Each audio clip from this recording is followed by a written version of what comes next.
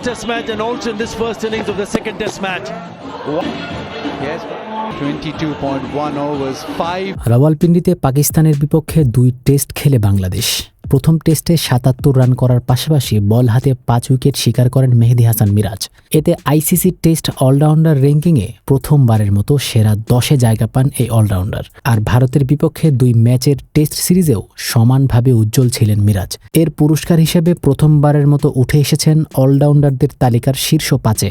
গত বুধবার হালনাগাদ নতুন তালিকা প্রকাশ করে আন্তর্জাতিক ক্রিকেট সংস্থা আইসিসি। 9 রেটিং পয়েন্ট বেড়ে সর্বশেষ প্রকাশিত র্যাঙ্কিংয়ে 2 ধাপ এগিয়ে 5-এ উঠেছেন তিনি। ডানহাতি এই স্পিনিং অলরাউন্ডারের রেটিং পয়েন্ট এখন 272। বুমরা আশ্বিনদের বিপক্ষে ব্যাট হাতে ভালো কিছু না করতে পারলেও বল হাতে ছিলেন দুর্দান্ত, শিকার করেন 9টি উইকেট। মিরাজের সঙ্গে টেস্ট অলরাউন্ডারের র্যাঙ্কিংয়ের সেরা 5-এ আছেন বাংলাদেশের আরেক তারকা সাকিব আল হাসান।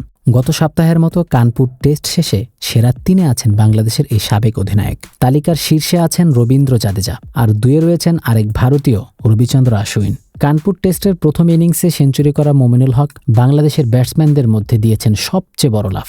16 ধাপ এগিয়ে 42 নম্বরে উঠে এসেছেন তিনি।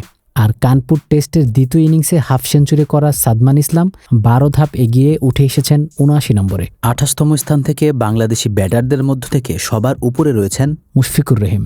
যদিও 1 ধাপ পিছিয়েছেন তিনি, 7 ধাপ পিছিয়ে 70 থেকে 27-এ নেমে গেছেন লিটন কুমার দাস। 8 ধাপ পিছিয়ে 51তম স্থানে নেমে গেছেন সাকিব আল হাসান। 2010 সালের জানুয়ারির পর এই প্রথম টেস্ট ব্যাটারদের র্যাঙ্কিংয়ে 50-এর নিচে নেমে গেলেন তিনি।